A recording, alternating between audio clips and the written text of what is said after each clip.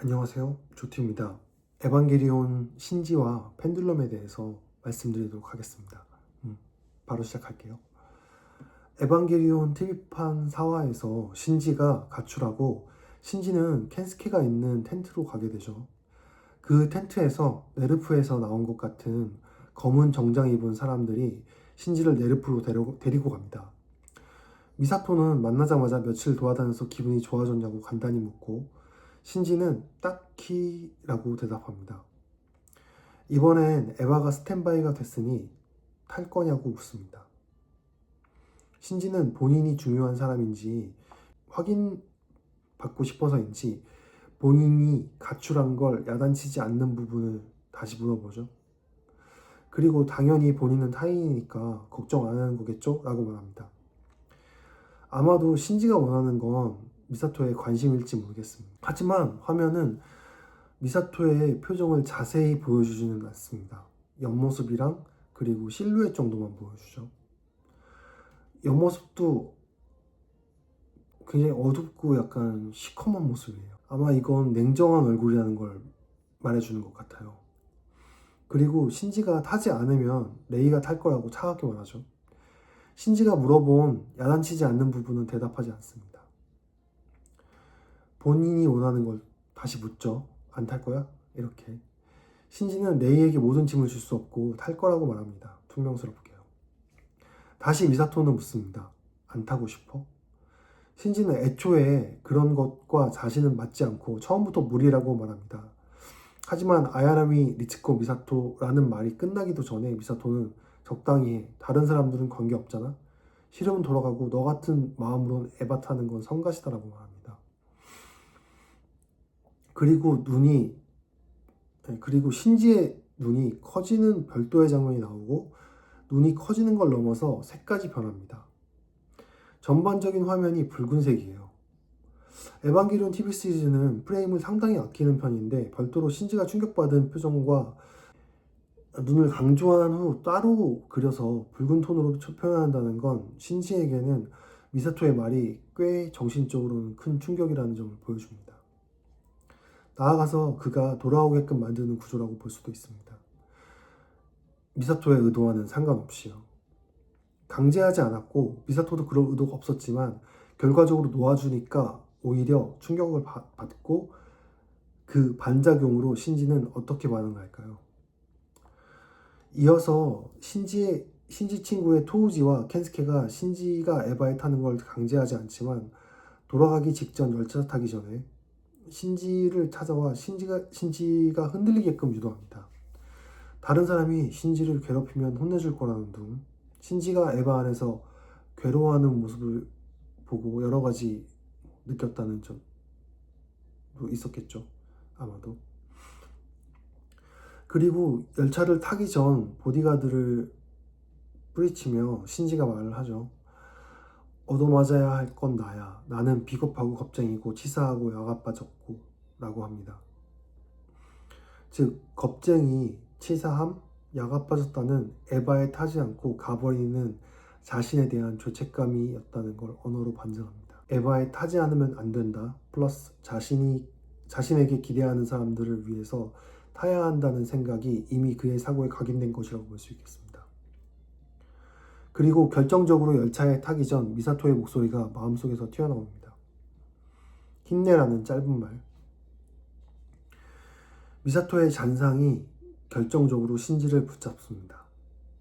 위에서 본 모든 주변 인물들의 행동이 그가 네르프를 떠나는 것, 기존 루프를 벗어나는 것을 그만두지 못하도록 합니다.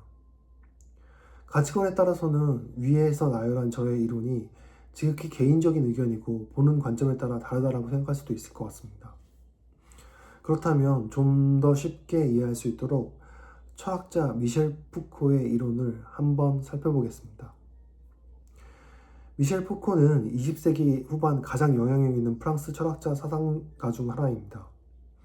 그는 전통적인 철학, 존재, 주체, 진리 등보다는 권력, 지식, 주체가 어떻게 역사적으로 구성되는지 탐구한 계보학 방법론으로 유명합니다. 푸코는 권력을 단순히 누가 누군가를 억압하는 것으로 보지 않았고 사회 전반에 퍼져 있는 관계망이자 생산적인 힘으로 보았습니다. 펜들럼이랑 굉장히 유사하죠. 특히 근대 사회의 지배적인 권력 형태를 규율 권력이라고 명명했어요. 규율 권력의 핵심적인 특징은 억압적인 권력이 생산적인 권력으로 전환되는 걸 말합니다. 과거 군주 권력은 왕이 공개적으로 처형 혹은 고문하는 행위로 신체를 파괴하는 방식이었다면, 근대 규율 권력은 신체를 유용하고 수능적인 존재로 만들고 훈련시킵니다. 여기서 목표는 더 잘 순종하게 만들고 더 생산적으로 만들기입니다. 주요 기법들이 있는데 이 부분은 생략하겠습니다. 규범이 너무 깊어 내면화되면 우리 인식 너머로 가버린다는 말의 의미는 푸코가 지적한 가장 강력하고 무서운 지점이에요. 첫 번째, 규범이 외부에서 강요되는 것이 아니라 개인이 스스로 내면화하게 되는 것. 두 번째, 내면화가 깊어질수록 그 규범을 따르는 것이 자연스럽고 당연하게 느껴진다는 겁니다. 이것은 신지가 에바에 탄다는 것, 인류를 구해야 한다는 것과 비슷한 맥락이죠. 자신이 생각하기에 이게 정상이지 뭐 라는 생각라고 생각하는 수준을 넘어서 그 규범 자체를 의식하지 못하는 지경에 이르게 됩니다. 세 번째, 결국 규범은 나의 자유로운 선택이나 본성처럼 느껴지는 거죠. 규범을 어기는 생각조차 떠올리기 어려워지는 건 권력이 가장 효과적으로 작동하는 순간, 개인이 권력을 인식하지 못할 때입니다. 푸코의 유명한 표현들 두 가지로 바꿔 말하면, 영혼은 신체의 감옥이다. 외부 감시, 다음 내면 감시, 그 다음 스스로를 감옥에 가두는. 그 두 번째는 우리는 우리가 볼 수 없는 규칙들에 의해 형성된다는 점입니다. 현대적 예시로 들어보자면 외모, 체형, 성격의 정상 범위를 정하고 다이어트, 성형, 자기개발 강박이 내가 원해서 하는 것처럼 느껴지는 거죠. 이것은 아스카가 내가 자발적으로 에바에 타고 자기 자신에게 칭찬받기 위해서 에바에 탄다고 생각하는 부분이랑 비슷합니다. 아스카는 부모님이 죽고 에바에 타는 것 외에 다른 선택지가 없었어요. 본인이 선택해서 탔다고만 보긴 어렵습니다. 그녀의 상황이 그렇게 만든 거죠. 요약하자면 푸코가 말하는 규율 권력의 궁극적인 승리는 규범이 너무 깊이 몸과 마음에 새겨져서 그 규범이 권력의 산물이라는 사실조차 인식 못하게 만드는 것입니다. 그래서 우리는 자유롭다고 느끼면서도 사실상 가장 세밀하게 규율당하고 있는 상태가 됩니다.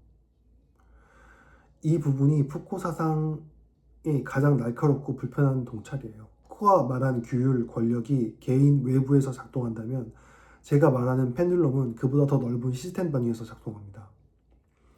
그리고 기존 루프에서 벗어나 다른 곳, 그러니까 카르마의 굴레나 이용자가 시스템에 설정한 기본값에서 벗어나 다른 곳 혹은 다른 레벨로 가지 못하도록 시스템이 동시다발적으로 주변 환경을 이용해서 반응하는 것이 제가 설명할 펜듈럼입니다.